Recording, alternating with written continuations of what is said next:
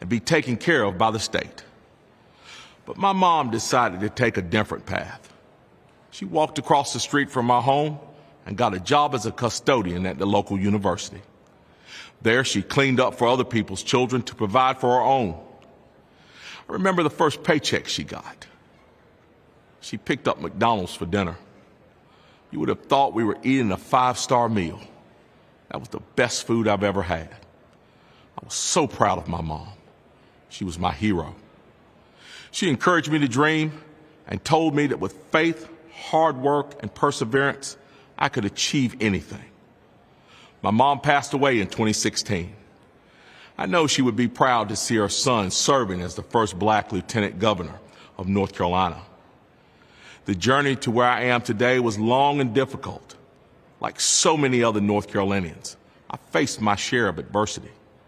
I lost not one, but 2 jobs to NAFTA.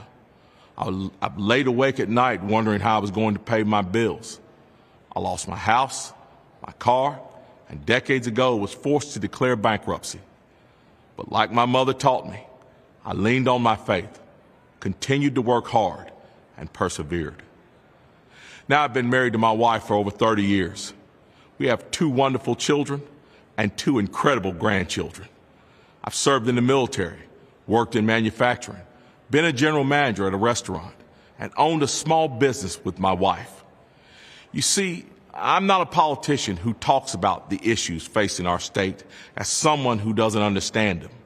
In fact, I don't consider myself a politician at all.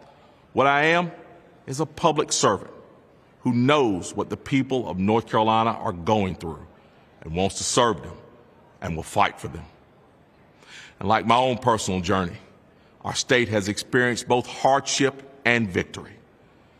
Since Republicans were elected to the majority in the General Assembly, they have implemented common sense economic policies to ensure that you can keep more of your hard-earned money. And they've been good stewards of your money. Like your family, they've had to set a budget and stick to it. That fiscal responsibility resulted in historic economic growth. The Republican-led General Assembly turned a state that was billions of dollars in debt and struggling financially into an economic powerhouse. North Carolina is the #1 state in the nation to do business. But while we've seen tremendous growth across the state, many families are still struggling. If the Democrats have their way, they'll pull us back into an era of government overreach, high taxes, and attacks on our personal freedoms. During the pandemic, we saw just how far they would go to control your lives. They shut down your businesses. They kept your children out of school. And they told you you couldn't go to church. The Biden administration's tax and spend philosophy is hurting North Carolinians at every turn. Prices of essentials like gas and groceries are skyrocketing. And we're still facing shortages of everyday goods like baby formula. Here in North Carolina, Democrats will follow the lead of President Biden and their counterparts in Congress and go on a spending spree with your money. We can't afford that. We have the opportunity to provide relief to our fellow citizens by further cutting personal income taxes for all hardworking North Carolinians. We can do this thanks to the fiscal responsibility of our Republican-led legislature that has transformed deficits into surpluses. One way to continue growing our economy is supporting quality education. I'm passionate about making sure that North Carolinians maximize their potential and can follow their dreams. Teachers have one of the most important jobs in our society. We must hold them to professional standards, and we must pay them as the professionals they are. We need to quit asking teachers to be police officers, social workers, and parents.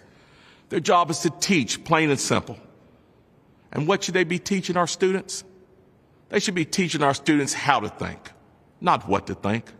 Ensuring that personal or political ideologies stay out of the classroom and that we get back to the basics of reading, writing, and arithmetic. It's a parent's responsibility to teach their children about right and wrong. It's a teacher's responsibility to impart knowledge to them. Over the last few years, it's been harder than ever for our teachers to do that. COVID lockdown significantly impacted our children's learning, and data now shows that kids can't read on a grade level. That's unacceptable. I'll tell you something else that's unacceptable: the violence in our schools. After 9/11, airport and airline security was fundamentally transformed. In the wake of the many tragedies that we've seen on school campuses, not nearly enough has been done to expand security at our schools. The safety of our students shouldn't be a Republican or Democrat issue. It's about protecting our sons and daughters. As you can tell, I'm very passionate about education. It's the reason that I ran for lieutenant governor. During my first few months in office as a member of the State Board of Education, I evaluated the state's proposed K-12 social studies standards and opposed the ideologically driven materials. Because of this, I, the first black lieutenant governor of North Carolina, was called a white supremacist and depicted as a Ku Klux Klan member by one of the largest media outlets in the state.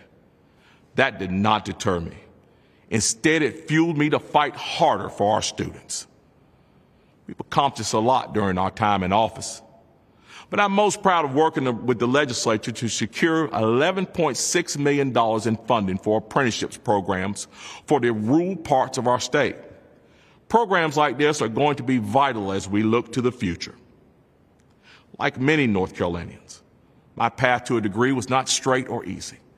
For nearly my entire education, I was a full-time student and a full-time worker. Often I could only take a few classes while working to support my family. It was just months ago as the lieutenant governor that I finally walked across the stage at the University of North Carolina at Greensboro and earned my degree, 30 years after starting my journey. I'm proud of the university system that we have here in North Carolina. It's among the best in the country, and it's crucial to the economic growth of our state.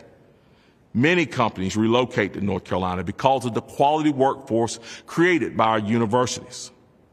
However, we must denounce the misconception that the only way to success is through a 4-year degree.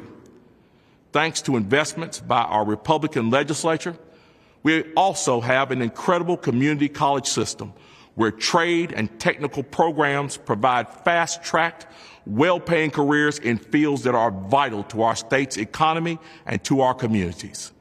Electricians, plumbers, masons, welders, mechanics, and other skilled trade workers earn incredible starting salaries. Many in those professions are aging out, leaving crucial shortages across our state.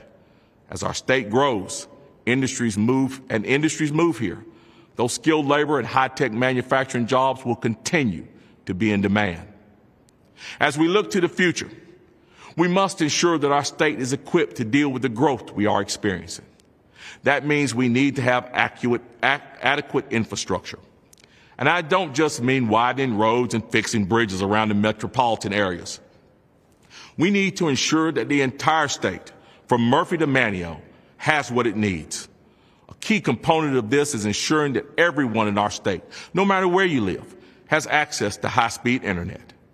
It's a fact of life that high-speed internet connections are essential in both business and education.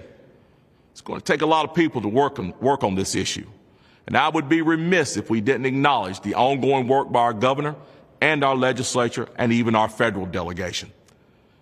This issue, like so many others we face, shouldn't be a partisan one. All of us as public servants should be able to come together and get this job done for the people that we serve. The reality is that most people just want their elected officials to do their jobs, to make sure that our education system is strong, that our economy is healthy, and that our communities are safe. Which brings me to the next item I want to talk to you about this evening: public safety. I am highly dismayed when I see elected officials abandon the men and women of law enforcement at the first sign of trouble. And I am furious when they follow narratives instead of following facts. The men and women who protect our communities and our state deserve respect. Elected officials should make sure police have what they need and encourage them to do their jobs and be proactive in fighting crime. That's not the case today. We see law enforcement officers today demonized and vilified, and our communities are paying the price. Police departments are struggling to fill positions. Soft on crime policies release dangerous criminals back onto our streets. And this isn't just in places like San Francisco or Chicago. It's happening right here in North Carolina in places like Asheville. Countless officers across this state just want to do their jobs and serve their communities.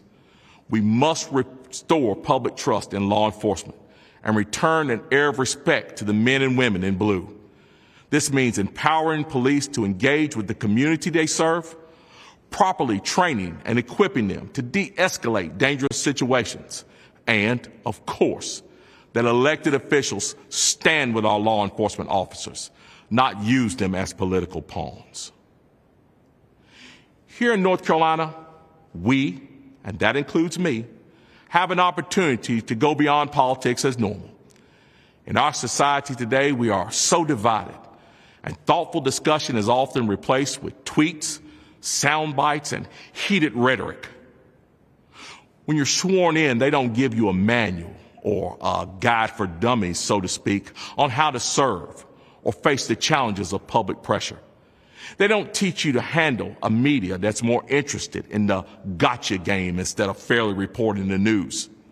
So what do? You try your best. You stay true to who you are. If you make a mistake, which you will, and I have, you learn from it and work hard to do even better.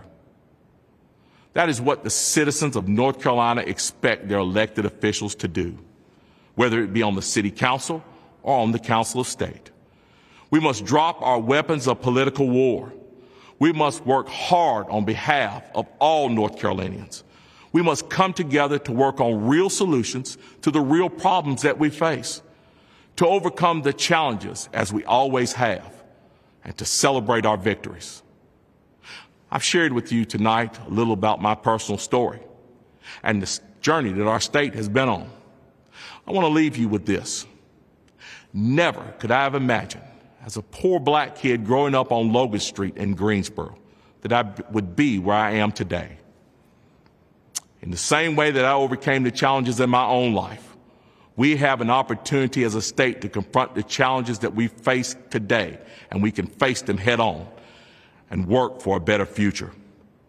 Not just for our own tomorrows, but for the tomorrows of future generations. We all have a duty to make sure those children have hope, that they know they live in a state where anything is possible, and that with hard work, they can achieve their dreams. I am honored to serve as your Lieutenant Governor and to live in the greatest state in the greatest nation on earth. May God bless America, North Carolina, and may God bless you. Thank you.